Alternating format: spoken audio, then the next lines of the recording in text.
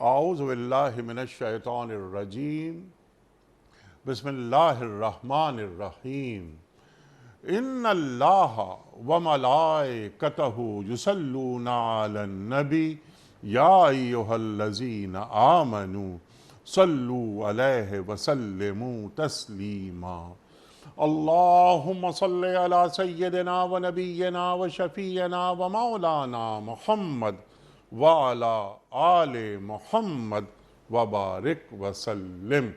محترم خواتین و حضرات، السلام علیکم۔ پیام صبح کے ساتھ ایک بار پھر حاضر، میں ہوں آپ کا میزبان انیق احمد۔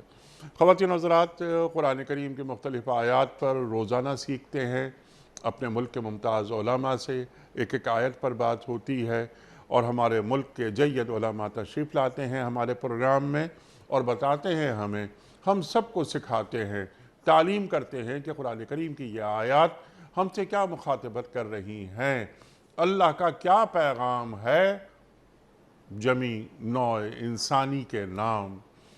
خواتین و حضرات، یہ ہدی للناس ہے قرآن کریم، تمام انسانیت کے لیے ہدایت ہے۔ اللہ تعالیٰ ہمیں کیا کیا ہدایتیں کرتا ہے، اللہ تعالیٰ ہمیں کہاں دیکھنا چاہتا ہے، کس مقام پر دیکھنا چاہتا ہے اور کیسا دیکھنا چاہتا ہے۔ خواتین و حضرات، آج ہم انشاءاللہ اپنے ملک کے ایک جید عالم دین سے سیکھیں گے سورہ روم کی آیت نمبر 21 کے حوالے سے۔ اللہ تعالیٰ اپنی نشانیاں بتا رہا ہے۔ خواتین و حضرات، ان نشانیوں میں سے ایک نشانی اللہ تعالیٰ فرماتا ہے کہ تمہارے لیے تمہاری جنس ہی سے بیویاں بنائیں۔ خواتین و حضرات، تمہاری ہی جنس سے رکھیں گے ہم ایک سوال کہ مرد اور عورت دونوں کو اللہ تعالیٰ نے پیدا کیا، اور پھر ان کی ذمہ داریاں بتا دی گئیں کہ تمہاری ذمہ داریاں کیا ہیں۔ تو اللہ تعالیٰ یہاں خاص طور پر یہ بات فرما رہا ہے کہ تمہاری جنس سے ہی تمہاری بیویاں ہیں، کسی اور جنس کی طرف جانے کی ضرورت نہیں ہے۔ یہ اللہ تعالیٰ کی ہدایت ہے، پیغام ہے، حکم ہے کہ تمہیں زندگی اس طرح گزارنی ہے۔ اور یہ بیویاں جو پیدا کی ہیں ہم نے، اس کی وجہ کیا ہے کہ تم ان کے پاس جاؤ تو ان سے سکون حاصل کرو۔ خواتین و حضرات، صرف وقت گزاری کے لیے نہیں جایا جاتا جانوروں کی طرح، بلکہ سکون حاصل ہوتا ہے تاکہ مودت اور رحمت پیدا ہو۔ خواتین و حضرات، یہ مودت، رحمت، ان میں کے مابین کیا فرق ہے، یہ بھی ہم ایک سوال رکھیں گے۔ اللہ تعالیٰ فرما رہا ہے کہ اس میں بہت سی نشانیاں ہیں غور و فکر کرنے والوں کے لیے۔ غور و فکر کرنے والوں کے لیے اس میاں بیوی کے رشتے میں کیا نشانیاں ہیں، کون کون سی نشانیاں ہیں، یہ بھی ہم جانیں گے محترم مولانا ڈاکٹر سرفراز احمد آوان صاحب سے۔ ڈاکٹر صاحب، آپ کا بڑا ممنون، آپ تشریف لائے۔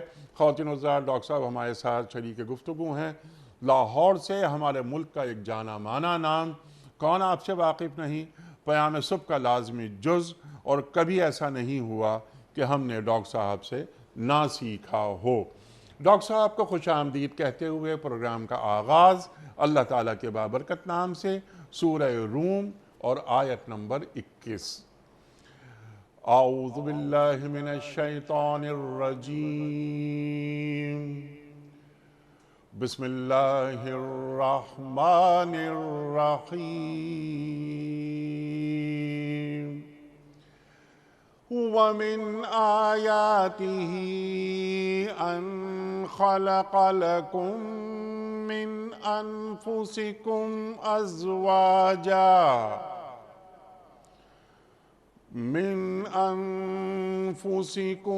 أَزْوَاجًا لِتَسْكُنُوا إِلَيْهَا وَجَعَلَ بَيْنَكُم مَّوَدَّةً وَرَحْمَةً إِنَّ فِي ذَلِكَ لَآيَاتٍ لِقَوْمٍ يَتَفَكَّرُونَ۔ صدق اللہ العظیم۔ اور اس کی نشانیوں میں سے یہ ہے کہ اس نے تمہارے لیے تمہاری جنس سے بیویاں بنائیں تاکہ تم ان کے پاس سکون حاصل کرو، اور تمہارے درمیان محبت اور رحمت پیدا کر دی۔ یقیناً اس میں بہت سی نشانیاں ہیں ان لوگوں کے لیے جو غور و فکر کرتے ہیں۔ صدق اللہ العظیم۔ خواتین و حضرات، محترم ڈاکٹر سرفراز احمد آوان صاحب کی خدمت میں اس سے پہلے کہ ہم رکھیں آج کے پروگرام کے حوالے سے پہلا سوال اور ان سے سیکھیں، اس سے قبل کوئز، کل کے پوچھے گئے سوال کا درست جواب اور آج کا سوال آپ کی خدمت میں۔ کل کا سوال ہم نے یہ رکھا تھا کہ حضرت یوسف علیہ السلام نے کس ملک میں حکومت کی تھی؟ درست جواب مصر پر۔ آج کا سوال ہے کہ شوال کے مہینے میں کتنے روزے رکھنے کی خصوصی فضیلت ہے؟ 6، 7 یا 8؟ جو درست جواب آپ سمجھتے ہوں روانہ فرمائیے۔ ہمارے فون نمبرز ہیں 009221345270009۔ ہمارا دوسرا فون نمبر ہے 009221343000980۔ ہمارا ای میل ایڈریس ps@duniatv.tv۔ ہمارا SMS کا نمبر 3031 اور ہمارا واٹس ایپ کا نمبر ہے 009232182509194۔ ڈاکٹر صاحب ارشاد فرمائیے، اس سے پہلے کہ ہم آپ کی خدمت میں سوال رکھیں کہ میاں اور بیوی کے درمیان جو تعلق ہے، یہ تعلق زوجین جسے ہم کہتے ہیں، اس میں سکون، مودت، محبت، رحمت وغیرہ، اس سے قبل اللہ تعالیٰ فرما رہا ہے اور تسلسل کے ساتھ فرما رہا ہے کہ یہ میری نشانیاں ہیں، یہ میری نشانیاں ہیں، یہ میری نشانیاں ہیں۔ یہاں پر جو آیات نشانی کے معنوں میں آ رہا ہے، اس آیت میں خاص طور پر میاں بیوی کا رشتہ اور اللہ کی نشانی، یہاں یہ اللہ کی نشانی سے کیا مراد ہے؟ الحمدللہ رب العالمین، اللہم صلی وسلم وبارک علی سیدنا محمد وعلی آلہ وصحبہ اجمعین۔ نیک سب اللہ تعالیٰ آپ کو جزائے خیر دے کہ آج آپ نے ایک ایسی آیت کا انتخاب فرمایا کہ جسے سمجھنے کی پورے معاشرے کو ضرورت ہے۔ ہمارے انسانی معاشرے میں اس آیت میں بیان کی گئی تعلیمات انتہائی اہمیت کی حامل ہیں۔ نسل انسانی میں پہلا قائم ہونے والا پاکیزہ رشتہ نکاح مسنون کا رشتہ ہے۔ باقی جتنے رشتے ہیں وہ سارے اس کے بعد وجود میں آئے ہیں۔ انسان باپ بنا، بیٹا بنا، ماں بنی خاتون، بیٹی بنی، چچا ماموں، خالہ پھوپھی، یہ جتنے رشتے ہیں یہ سارے اس کے بعد وجود میں آئے ہیں۔ اللہ تعالیٰ کی بکھری ہوئی آیات اور نشانیاں اس کائنات میں اس قدر ہیں کہ ان کو کوئی شمار نہیں کر سکتا، لیکن اللہ تعالیٰ نے خاص انعامات جو انسانوں پر فرمائے ان کو بطور نشانی قرآن کریم میں ذکر فرمایا ہے۔ ان نشانیوں میں سے ایک نشانی یہ پاکیزہ رشتہ ہے جو معاشرے کی تعمیر کا ایک بڑا ذریعہ بنتا ہے۔ اللہ تعالیٰ نے قرآن کریم میں ایک سے زائد مقامات پر اس کو اپنی نشانیوں کے طور پر ذکر فرمایا۔ فرمایا وَاللَّهُ جَعَلَ لَكُم مِّنْ أَنفُسِكُمْ أَزْوَاجًا وَجَعَلَ لَكُم مِّنْ أَزْوَاجِكُمْ بَنِينَ وَحَفَدَةً۔ اللہ کی قدرت کی نشانیوں میں سے ایک نشانی یہ ہے کہ اللہ نے تمہارے جوڑے بنائے ہیں، مردوں کے لیے عورتیں اور عورتوں کے لیے مرد، اور وَجَعَلَ لَكُم مِّنْ أَزْوَاجِكُمْ بَنِينَ وَحَفَدَةً، اور اس کی قدرت کی نشانی میں سے ایک نشانی یہ بھی ہے کہ اللہ تعالیٰ نے تمہیں بیٹے عطا فرمائے ہیں بلکہ پوتے عطا فرمائے ہیں۔ ایک اور جگہ اللہ تعالیٰ نے سورہ اعراف میں ارشاد فرمایا وَالَّذِي خَلَقَكُم مِّن نَفْسٍ وَاحِدَةٍ، اللہ تعالیٰ نے تمہیں ایک جان سے پیدا کیا، وَجَعَلَ مِنْهَا زَوْجَهَا، اور اس کی جنس میں سے اس کے جوڑے کو پیدا کیا، لِتَسْكُنُوا إِلَيْهَا، تاکہ تم دونوں مل کر ایک پرسکون زندگی گزارو۔ سبحان اللہ۔ انیک سب اس آیہ کریمہ میں نکاح کا ایک بڑا مقصد اللہ تعالیٰ نے بیان فرمایا، لِتَسْكُنُوا إِلَيْهَا، تاکہ تم دونوں مل کر ایک پرسکون زندگی گزارو، وَجَعَلَ بَيْنَكُمْ مَوَدَّةً وَرَحْمَةً، اور اس رشتے کو تمہارے لیے مودت اور محبت اور دونوں کو ایک دوسرے کے لیے رحمت بنا دیا ہے۔ سبحان اللہ۔ جوانی میں دونوں کے دلوں میں ایک دوسرے کے لیے محبت ہے، اور وہ محبت اللہ تعالیٰ کی مہربانی سے خالص محبت ہے، ٹھیک۔ اور بڑھاپے میں دونوں ایک دوسرے کے لیے رحمت ہیں، سبحان اللہ۔ دونوں کا وجود ایک دوسرے کے لیے رحمت ہے۔ تو ایک تو اللہ تعالیٰ نے اس آیے میں یہ بیان فرمایا کہ یہ رشتہ تمہارے لیے باہمی سکون کا ذریعہ ہے، دونوں پرسکون زندگی گزاریں۔ انیک صاحب، ایک اور رشتہ اللہ تعالیٰ نے بیان فرمایا، اس کا بھی یہاں ذکر ہو جائے۔ والذی خلق من الماء بشرا، اللہ تعالیٰ نے انسان کو پیدا کیا، وجعلہ نسبا وصہرا، جی۔ اور اس کے دو رشتے بنائے، ایک نسب کا رشتہ یعنی باپ بیٹے کا رشتہ، ماں بیٹی کا رشتہ، نواسے نواسیاں، پوتے پوتیاں، یہ جتنے رشتے ہیں یہ نسب کے رشتے ہیں، ٹھیک۔ اور وصہرا، اور سسرال کا رشتہ، سبحان اللہ۔ یعنی ساس کو اور خوش دامن کو اور سسر کو اور خسر کو وہی درجہ دیا جا رہا ہے، اس رشتے کو وہی درجہ دیا جا رہا ہے جو نسب کے رشتے کا ہے۔ اور یقین کیجئے آج اگر ہمارے معاشرے میں دلہا یہ تسلیم کر لے کہ میرا خسر اور میری خوش دامن میرے لیے ماں باپ کا درجہ رکھتی ہیں، اور اسی طرح جو بہو ہے وہ یہ تسلیم کر لے کہ میری ساس اور میرے سسر میرے لیے ماں باپ کا درجہ رکھتے ہیں، ٹھیک۔ تو زندگی بہت پرسکون گزرے۔ اسی طرح ساس اور سسر یہ تسلیم کر لیں کہ بہو ہماری بیٹی کی طرح ہے، یہ جیسے ہم یہ دیکھیے، ہم یہ تسلیم کرتے ہیں بلکہ خواہش رکھتے ہیں، ہم یہ خواہش رکھتے ہیں کہ ہماری بیٹی سسرال میں جا کر بہت خوشحال زندگی گزارے اور بہت پرسکون زندگی گزارے، یعنی رانی بن کر رہے۔ لیکن انیک صاحب، ایسا کیوں ہے کہ ہمارے ہاں جو بہو بن کر آئی ہے وہ ہمارے ہاں نوکرانی بن کر رہے؟ وہ بھی تو رانی ہے الحمدللہ۔ تو دونوں کو احترام دیا جائے دلہا اور دلہن کی طرف سے، اور دونوں کو شفقت دی جائے ساس اور سسر کی طرف سے۔ ہم عمومی طور پر انیک صاحب بیٹی کے حوالے سے، بیٹی کی نسبت سے داماد کو تو بیٹا تسلیم کر لیتے ہیں، لیکن بیٹے کی نسبت سے بہو کو بیٹی تسلیم نہیں کرتے۔ تو یہاں جو سسرال کا رشتہ ہے اس کو بھی وہی درجہ دیا جا رہا ہے۔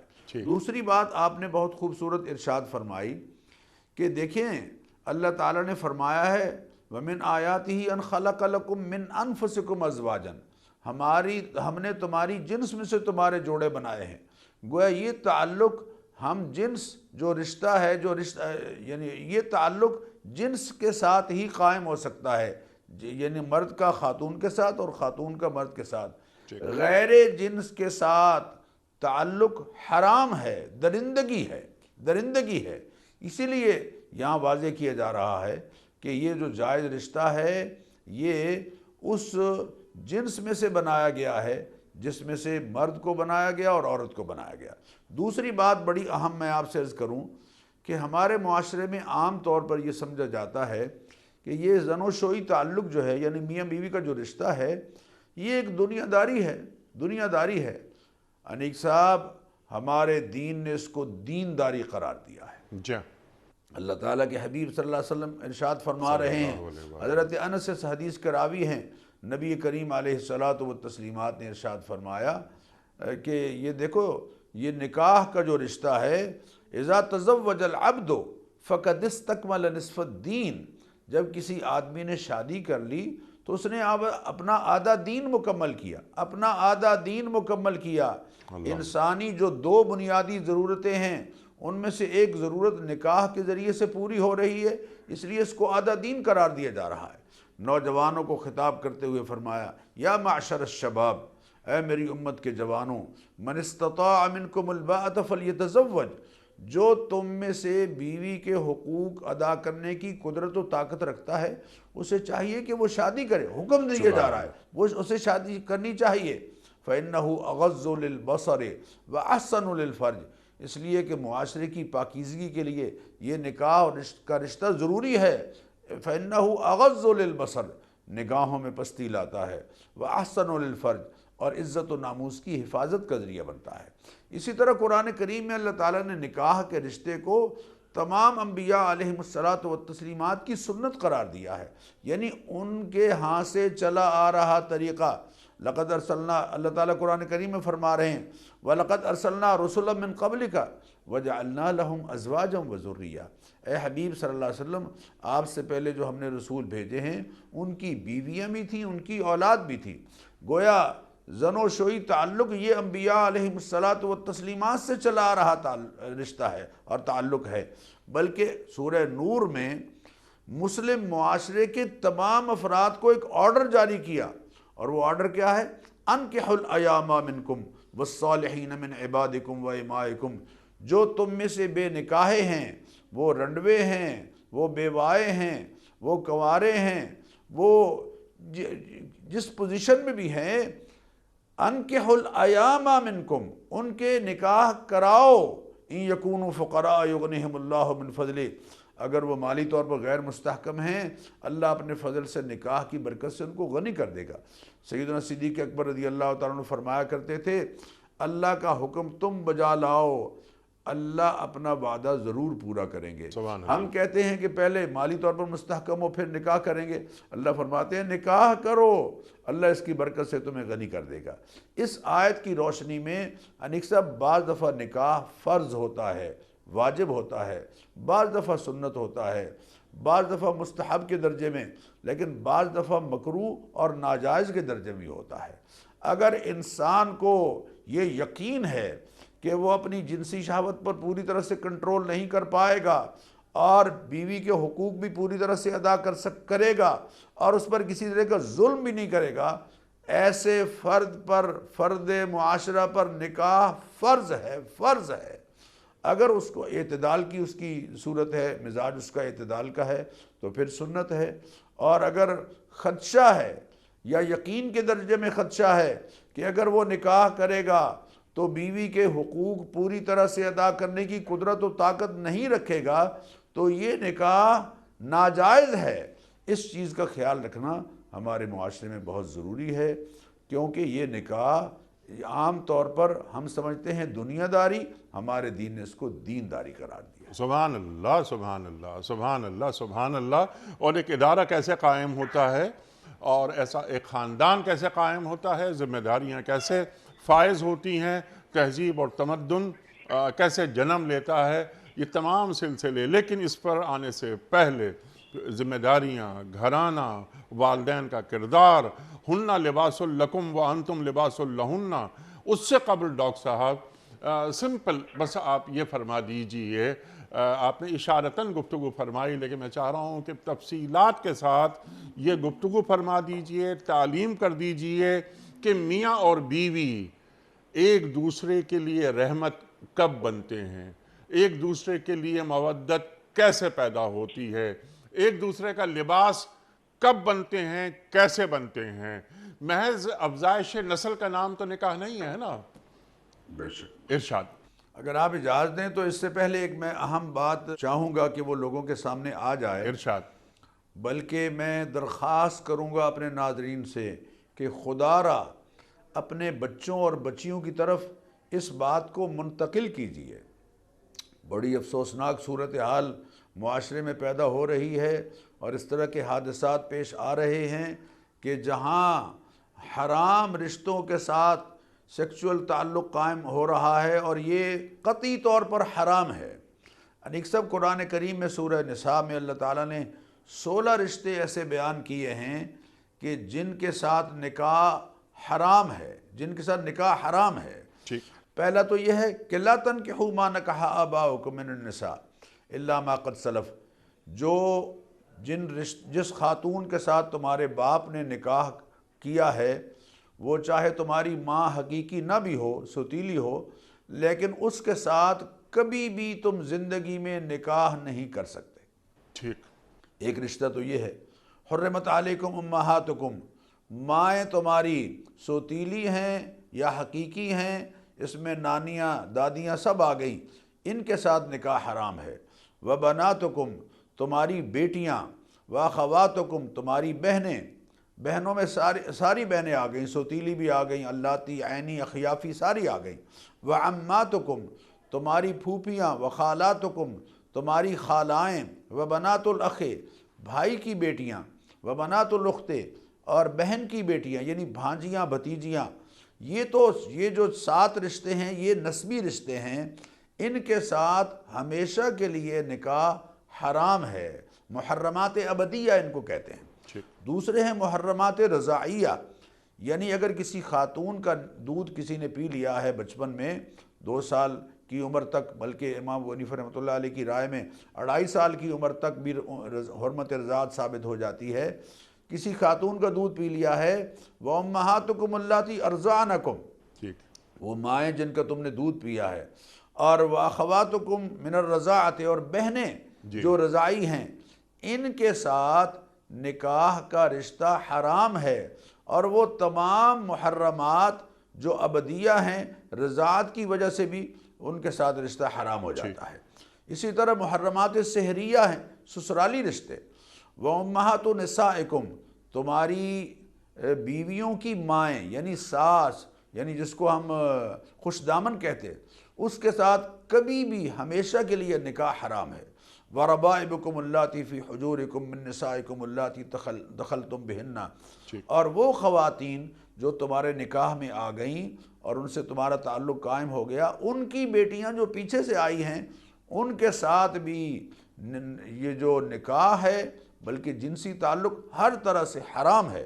وَحَلَائِلُ أَبْنَائِكُمُ الَّذِينَ مِنْ أَصْلَابِكُمْ، اور تمہارے حقیقی بیٹوں کی جو بیویاں ہیں ان کے ساتھ بھی نکاح حرام ہے۔ ٹھیک، والمحصنات من النساء، اور وہ عورتیں جو کسی اور کے نکاح میں ہیں ان کے ساتھ جب تک وہ طلاق نہیں لیتی اور عدت نہیں گزارتی تمہارا ان کے ساتھ نکاح حرام ہے۔ ٹھیک، جیسے نکاح حرام ہے ویسے ہی ان سے جنسی تعلق بھی حرام ہے۔ ٹھیک، یہ جو 16 رشتے ہیں ان کی حرمت کا بتانا بہت ضروری ہے انیق صاحب، ٹھیک، بہت ضروری ہے۔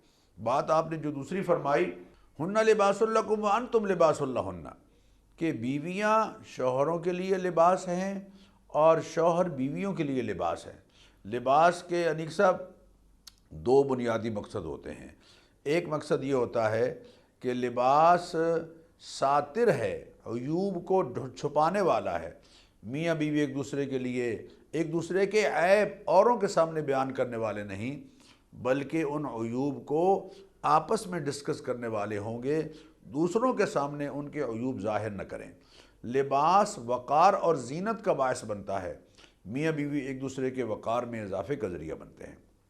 اور تیسری بات جو میں اہم طور پر میں سمجھتا ہوں بہت ضروری ہے لوگوں کے سامنے آئے، وہ یہ کہ انسانی وجود کے ساتھ سب سے زیادہ قربت اس کے لباس کو ہوتی ہے۔ ٹھیک، یعنی سب سے زیادہ قریبی انسان کے وجود کے ساتھ جو چیز ہے وہ اس کا لباس ہے۔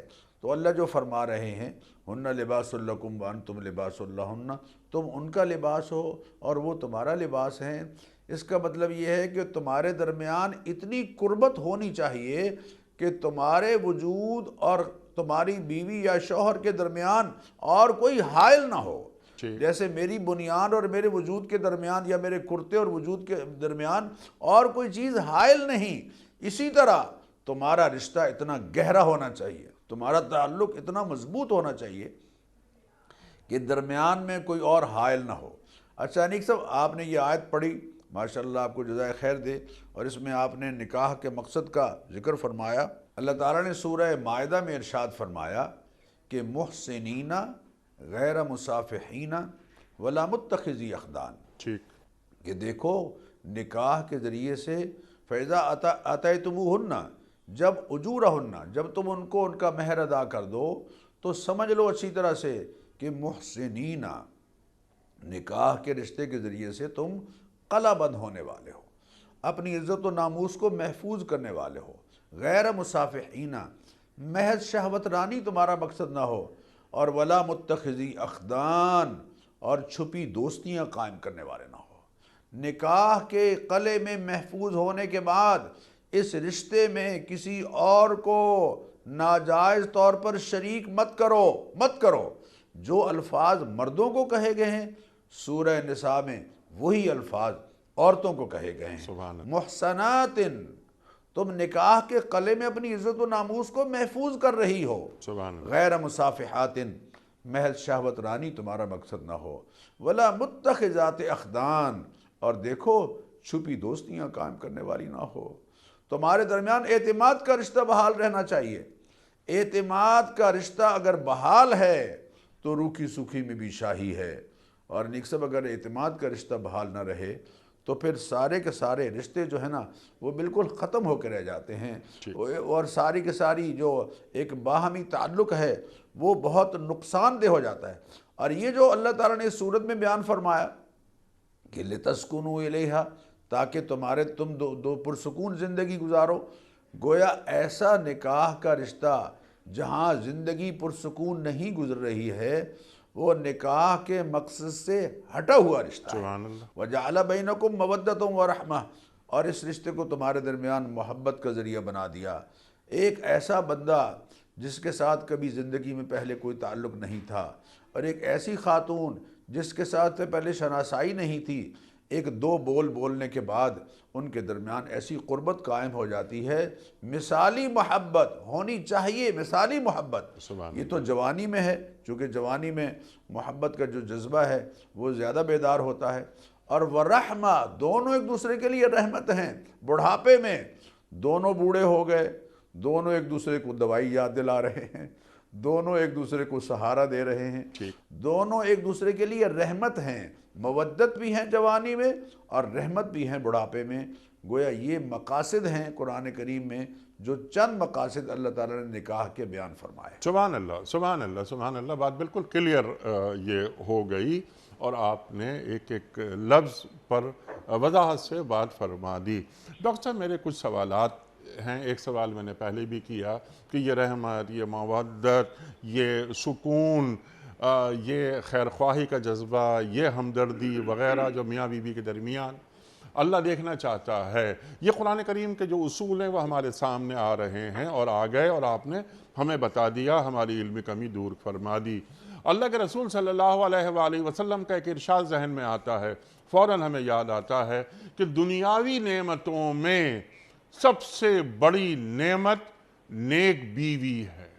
بے شک، ٹھیک ہے ڈاکٹر صاحب، اب میرا سوال آپ کی خدمت میں یہ تھا اور یہ ہے کہ یہ رحمت، یہ مودت، یہ انس، یہ اپنائیت، یہ پیدا کیسے ہو؟ اس وقت ڈاکٹر صاحب، اس وقت یہ اسلامی جمہوریہ پاکستان، میں صرف اس کی بات کر لیتا ہوں، میرے پاس تو فگرز وہ بھی ہیں کہ دیگر مسلمان ریاستوں میں طلاق کا ریشو کیا جا رہا ہے، لیکن ہم دیگر ریاستوں کی بات نہیں کر رہے، میں صرف پاکستان کی بات کر رہا ہوں۔ پاکستان میں آج عدالتوں میں جو خلا کے اور طلاق کے کیسز ہیں وہ پاکستان کی تاریخ میں کبھی نہیں تھے، اور آپ کے علم میں یقیناً یہ بات ہوگی، اخبارات میں، میڈیا پر بھرا پڑا ہے۔ میڈیا کا اپنا کردار، یہ میاں بیوی کو ایک دوسرے کا لباس قرار دیا جا رہا ہے۔ ہن لباس لکم وانتم لباس لہن، ابھی آپ نے تفصیل سے بات کر دی کہ میرا لباس مجھ سے قریب تر ہے۔ تو میاں بیوی کا رشتہ ایک دوسرے سے اتنا قریب ہونا چاہیے، میاں بیوی ایک دوسرے کے عیب پوش ہوں، عیب جو نہ ہوں، وغیرہ وغیرہ۔ ڈاکٹر صاحب ہماری معاشرت ایسی نہیں تھی، 30-40 سال پہلے ایسے معاملات نہیں تھے۔ آج طلاق کا لفظ زبان پہ آ جاتا ہے، اللہ اکبر، حلال چیزوں میں سب سے زیادہ مکروہ چیز طلاق ہے۔ یہ ہم اس پروگرام میں آپ حضرات سے سیکھتے رہتے ہیں مسلسل، لیکن آتے ہیں کیسز آتے ہیں، آپ کے پاس تو بہت کیسز آتے ہوں گے یہ طلاق کے حوالے سے۔ طلاق کا لفظ کسی شریف خاندان میں آنا ایک بہت بڑا گناہ سمجھا جاتا تھا کہ ارے اس گھرانے میں طلاق کا واقعہ، طلاق کا لفظ، طلاق کی بات۔ آج جو سوسائٹی ہماری اتنی زوال یافتہ، اتنی زوال آمادہ ہو گئی ہے ڈاکٹر صاحب، اس کی بنیادی وجوہات کیا ہیں؟ سوسائٹی کی تطہیر کیجئے، بتائیے، تاکہ ہمارے گھرانے، یہ مسلمان گھرانے، یہ پاکیزہ انداز میں زندگی گزاریں۔ بہت اچھی بات، اللہ آپ کو جزائے خیر دے انیق صاحب۔ پہلی بات تو میں آپ سے عرض کروں کہ دو چیزیں جو ہیں وہ آہستہ آہستہ ہمارے معاشرے میں اس پاکیزہ رشتے کو توڑنے کا سبب بن رہی ہیں۔ ایک ہے عدم برداشت۔ میاں بیوی کے درمیان بالکل برداشت کی کیفیت نہیں رہی، برداشت، ایک دوسرے کو برداشت کرنا، ایک دوسرے کو برداشت کرنا، یہ بالکل اس کا فقدان ہو گیا ہے۔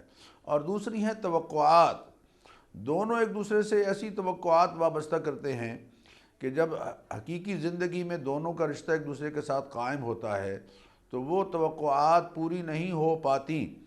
لیکن اللہ تعالیٰ نے اس کا جو حل بتایا ہے، سبحان اللہ سبحان اللہ، سورہ نساء میں تو یہ کہوں گا کہ اللہ تعالیٰ نے عورتوں کی سفارش کی ہے، نیک صاحب، اللہ نے عورتوں کی سفارش کی ہے اور فرمایا وَعَاشِرُوهُنَّ بِالْمَعْرُوف، دیکھو ان کے ساتھ اچھا سلوک کرو، اچھا سلوک کرو، لا تنسوا الفضل بینکم، ایک دوسرے کے درمیان مہربانی کو کبھی بھی نہ بھولنا۔ یہ یعنی بالکل طلاق کا جہاں ذکر ہے جن آیات میں، وہاں یہ جملہ آیا ہے، لا تنسوا الفضل بینکم، ایک دوسرے پر عنایت اور مہربانی، اس کو کبھی نہ بھولنا، اس کو کبھی نہ بھولنا۔ وعاشروہن بالمعروف، ان کے ساتھ اچھا سلوک کرو۔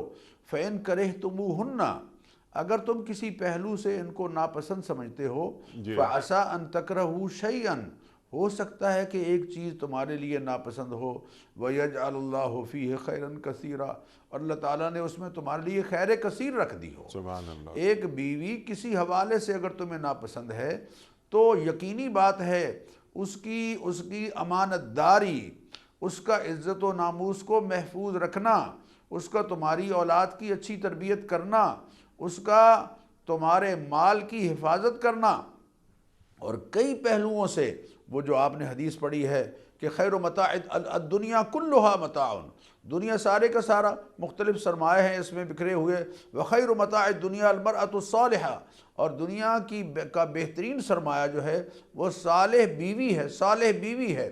تو ہو سکتا ہے کہ عسیٰ ان تکرہوا شیئا ویجعل اللہ فیہ خیرا کثیرا، اللہ تعالیٰ نے اس میں تمہارے لیے خیر کثیر رکھی ہو، اولاد اللہ تعالیٰ نے تمہیں اس سے میسر فرمائی، اور وہ اولاد تمہاری نیک نامی کا اور سکون قلب کا ذریعہ بنی۔ حضور اکرم صلی اللہ علیہ وسلم نے ایک موقع پر ارشاد فرمایا تھا، استوصوا بالنساء خیرا، لوگو اوصیکم، میں خاص تاکیدی آرڈر جاری کرتا ہوں تمہیں، ان خواتین کے ساتھ اچھا سلوک کرنے کا خاص آرڈر جاری کرتا ہوں۔ فإنہن عوان، اس لیے کہ وہ ایک طرح کی، یوں کہہ لیجئے کہ تمہارے حصار میں ہیں، اور ایسا نہ ہو کہ تم ان کو اپنی مملوکہ سمجھنے لگ جاؤ اور تم بادشاہ بن جاؤ۔ ان لنسائکم علیکم حقا، تمہاری بیویوں کا بھی تم پر ویسے ہی حق ہے جیسے تمہارا ان پر حق ہے۔ اللہ اکبر۔ خطبہ حجۃ الوداع میں محبوب کریم علیہ الصلوۃ والتسلیمات نے ارشاد فرمایا تھا، خیارکم خیارکم خیارکم لنسائہم، تمہارے اچھے وہ ہیں جو اپنی بیویوں کے ساتھ اچھے ہیں، تمہارے اچھے وہ ہیں جو اپنی بیویوں کے ساتھ اچھے ہیں۔ انا خیرکم لأہلی، میں تم سب سے زیادہ اپنے گھر والوں کے ساتھ اچھا سلوک کرنے والا ہوں۔ خیرکم خیرکم لأہلہ، تم میں سے اچھا وہ ہے جو اپنے اہل و عیال کے ساتھ اچھا ہے۔ حضرت عائشہ صدیقہ رضی اللہ عنہ فرماتی ہیں، نبی کریم علیہ الصلوۃ والتسلیمات گھر میں تشریف لاتے، کھلے چہرے کے ساتھ آتے، اور گھر میں گھل مل جایا کرتے تھے، گری بڑی چیز اٹھا کر رکھ دیتے تھے، اپنے جوتے اگر کہیں پھٹے ہوئے ہیں تو ان کو خود درست کر لیتے تھے، لباس کا، ہر چیز کا خود خیال رکھا کرتے تھے، اتنا خیال کہ حضرت عائشہ فرماتی ہیں جب رات کو آپ بیدار ہوتے تو بہت آہستہ چلتے اور آہستہ آواز سے سلام کہتے کہ اگر میں بیدار ہوں تو سلام کا جواب دوں، ورنہ میری نیند ڈسٹرب نہ ہو۔ بھئی بندہ خدا، میں نے خود کو مالک سمجھ لیا ہے اور باقی سب کو رعایا سمجھ لیا ہے، اور اس لیے سمجھ لیا ہے کہ وہ بیچاری بے کس ہے اور بے بس ہے، میری زیادتیوں کا جواب نہیں دے پاتی۔ میں کہتا ہوں جو شوہر اپنی خاتون کو تھپڑ مارتا ہے وہ تو ایسے ہے جیسے گاؤں تکیے پر اپنا تھپڑ مار رہا ہے، اسے شرم آنی چاہیے۔ اس نے اگر لڑنا ہی ہے کسی سے تو ایسے سے لڑے جو اس کے تھپڑ کے جواب میں تھپڑ مارے اس پر۔ ڈاکٹر صاحب، تھپڑ مارنا تو بہت دور کی بات، اگر گھر میں کوئی شوہر بیوی سے اونچی آواز میں بات کر رہا ہے تو وہ اپنی اولاد کو کیا تربیت دے رہا ہے؟ بالکل آپ نے صحیح فرمایا، یقین کیجئے یہ بہت زیادتی ہے، اور ایسی نہیں زیادتی ہونی چاہیے۔ خیارکم خیارکم لنسائہم، تمہارے اچھے وہ ہیں جو اپنی بیویوں کے ساتھ اچھے ہیں۔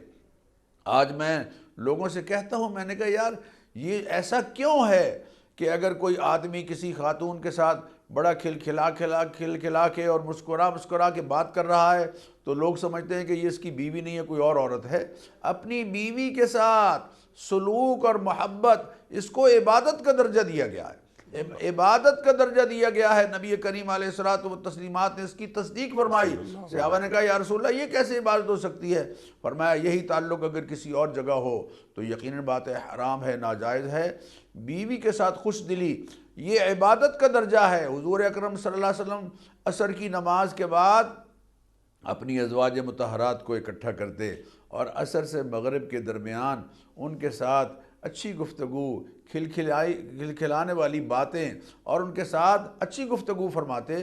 تو ہمیں بھی اپنے گھرانے میں سکون لانے کے لیے، چین لانے کے لیے، اطمینان لانے کے لیے، اب آپ نے صحیح فرمایا کہ طلاق کا ریشو اور ریٹ بہت بڑھ گیا ہے، اور اس کی بڑی وجہ یہ ہے کہ برداشت ختم ہو گئی ہے، برداشت ختم ہو گئی ہے۔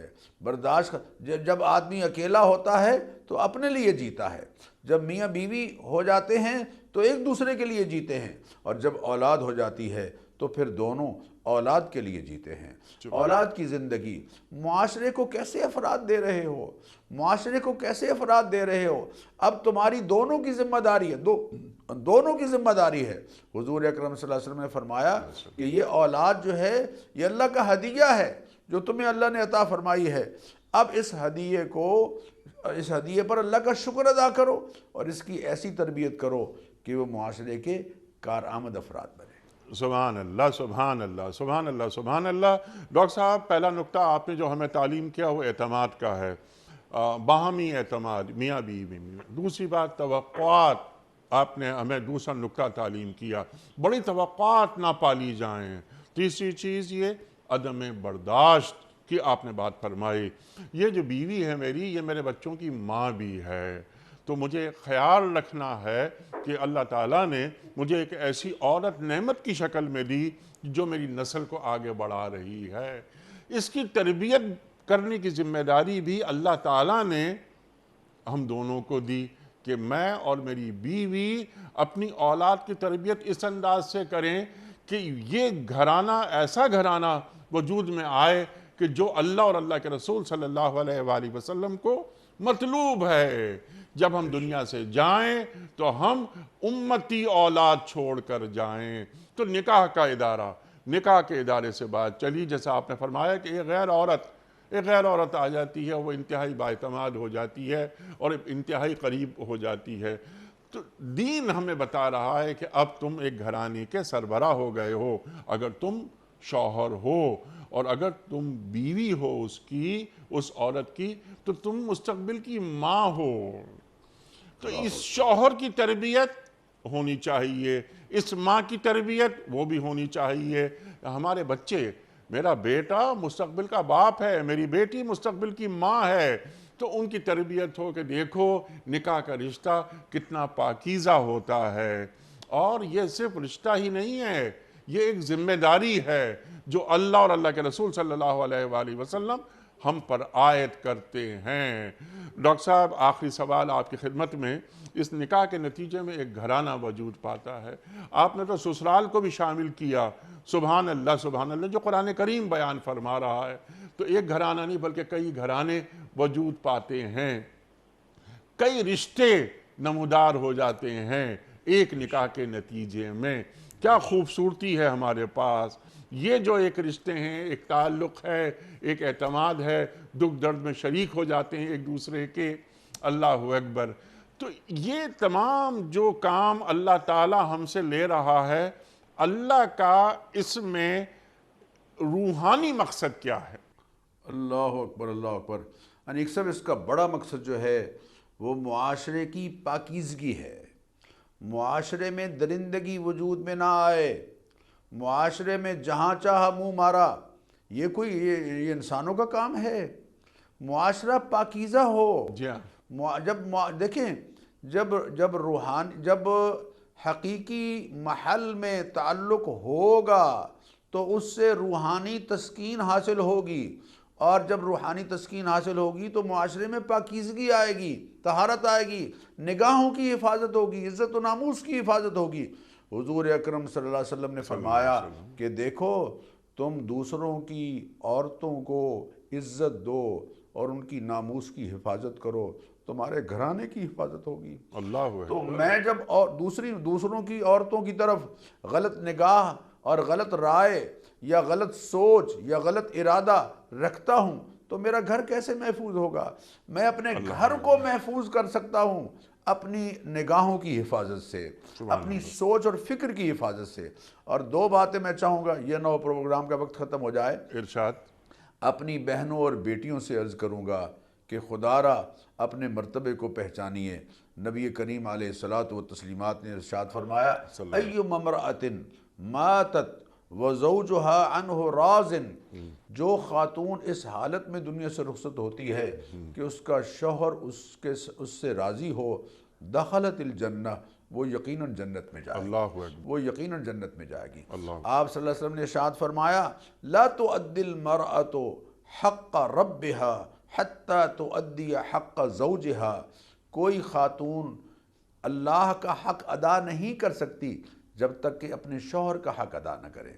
شوہر کو بھی کہا گیا ہے کہ دیکھو ان کو اپنا کوئی ملازم اور اپنا نوکرانی نہ سمجھنا، یہ تمہاری پارٹنر ہے زندگی کی، یہ تمہاری زندگی کی پارٹنر ہے، ایک پہیا ہے، لیکن ایسا نہ ہو کہ تم اپنے آپ کو ٹریکٹر کا پہیا اور اس کو کار کا پہیا سمجھو۔ ایک طرح سے مساوات ہے دونوں میں۔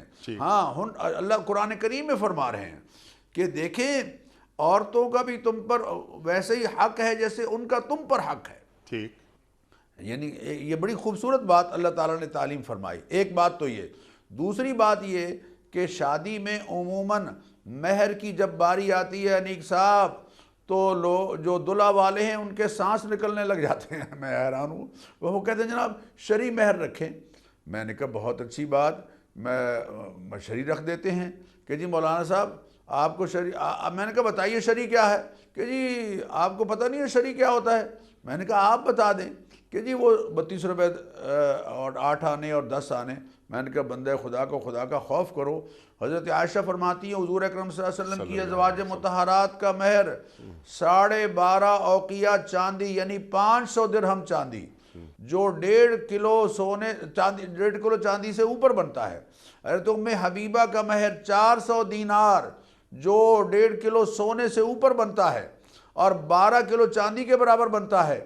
اور آپ صلی اللہ علیہ وسلم کی بیٹیوں کے جو مہر ہیں، حضرت فاطمہ الزہرا رضی اللہ عنہ کا مہر 500 درہم چاندی۔